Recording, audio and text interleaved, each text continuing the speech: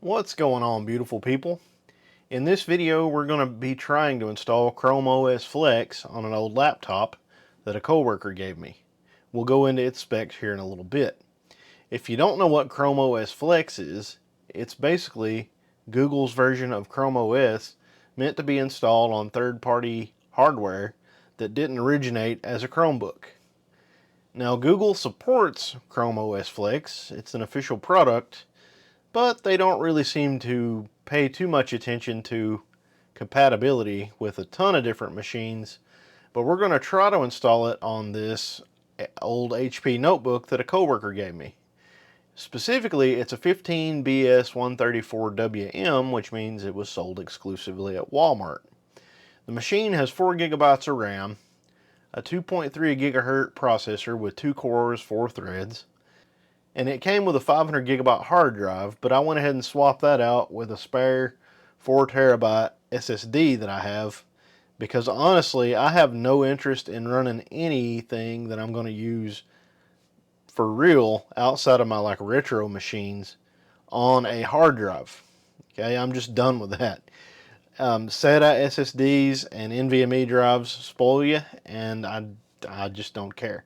So I went ahead and swapped that out off camera.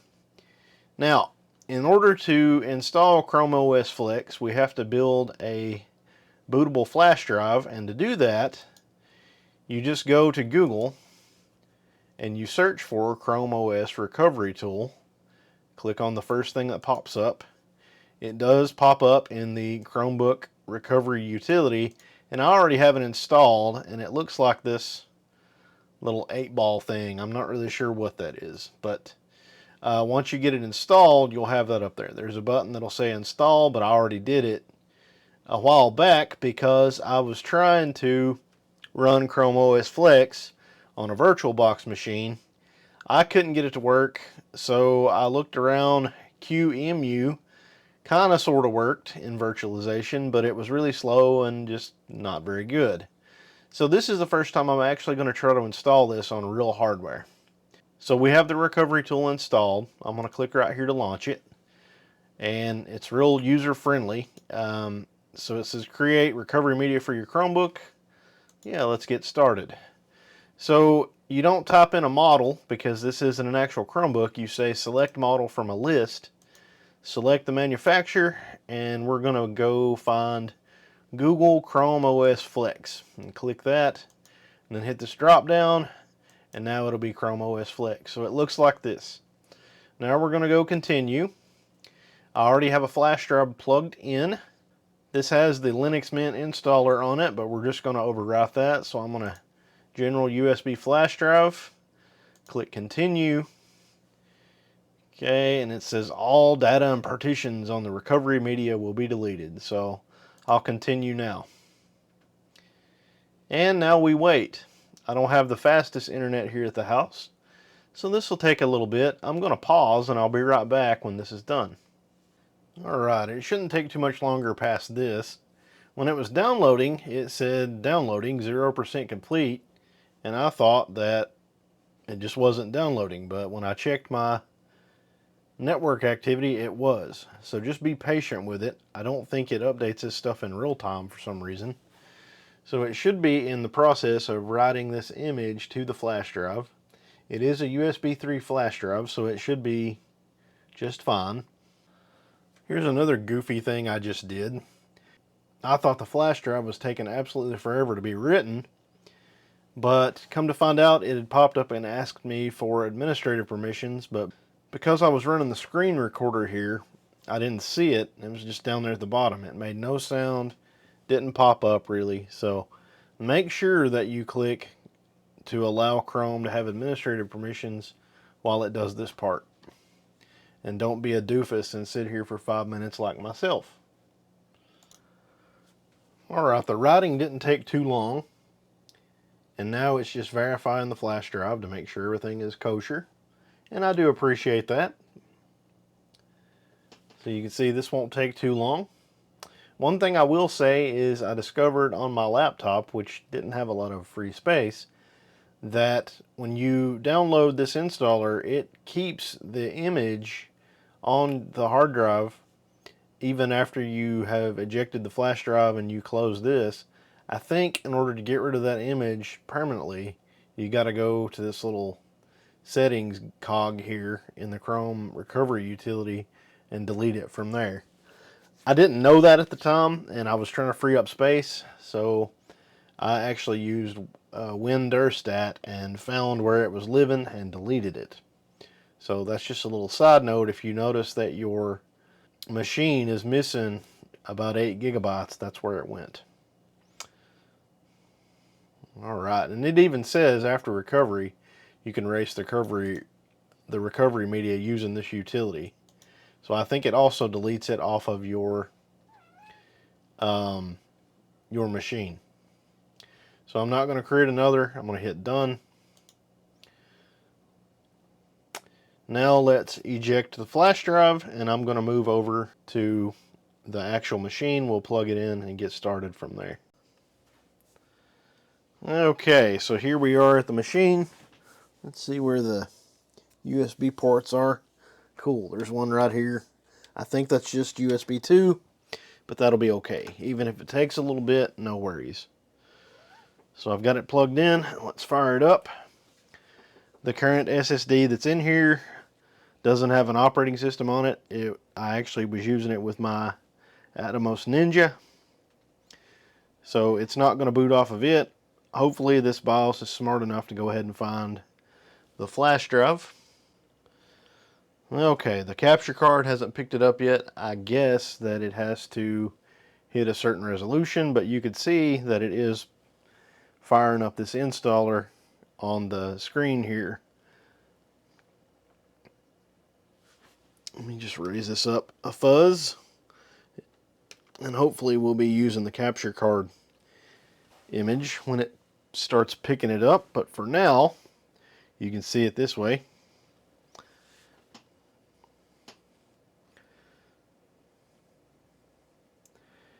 And like I said, this is the first time I've tried this on real hardware. For all I know, it's going to error out on us. Loki the cat may make an appearance. I'm sure you all won't mind that. Alright, it's either going to do something or it ain't, because the boot logo has went away. Hey, look at that. I think we're in good shape if we got this far.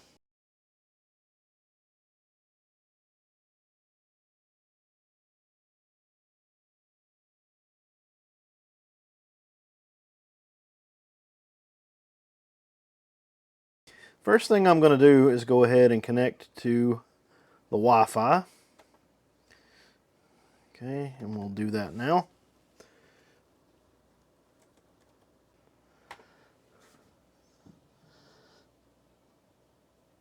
I don't think it's 100% necessary, but it may actually install some updates while it's installing, which I would honestly rather just do.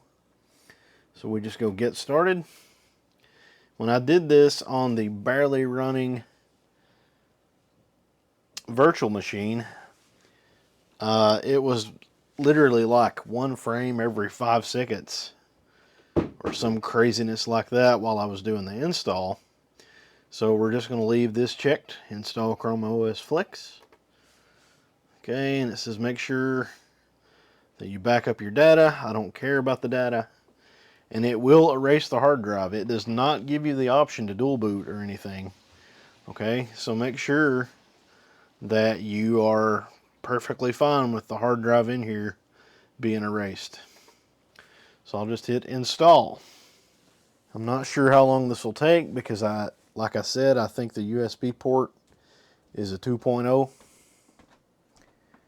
So it might be a while, but that's okay. This says it may take 20 minutes, but operating system makers are not good at giving you an estimate on that.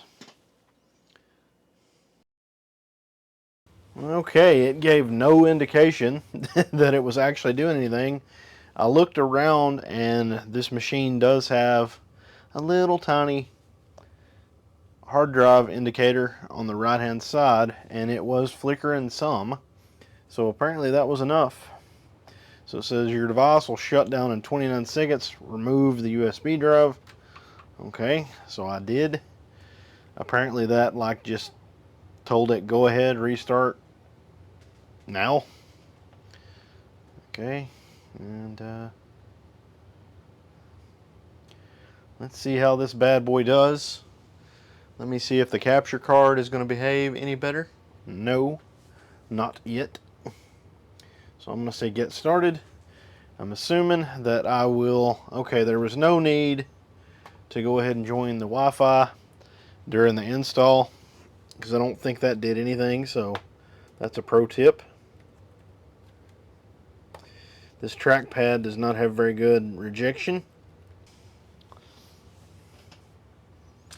Alright, I'm going to set this up for, well that's weird. It said network not available.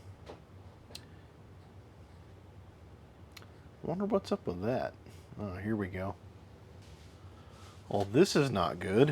It doesn't seem to like my regular old 2.4 gigahertz or something. So let's try the 5 gigahertz variant, even though the signal is worse here in the basement.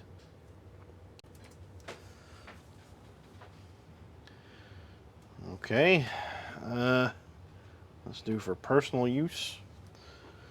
I'll sign in with my Google account. It's going to check for updates first, so let's see what that does.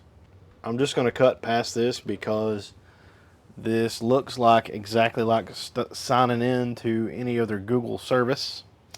So we'll be back when that is done and it's actually doing something.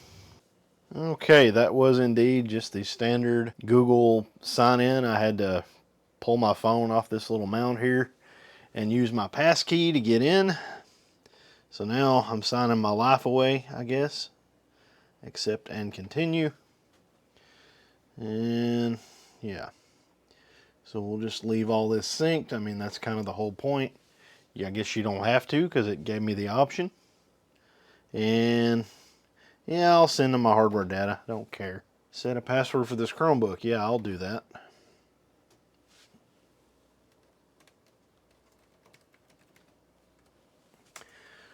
I think that may be helpful in case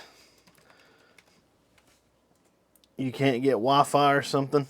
And I'm pretty sure that's a one place password. You know, it won't work with any of your other Google stuff.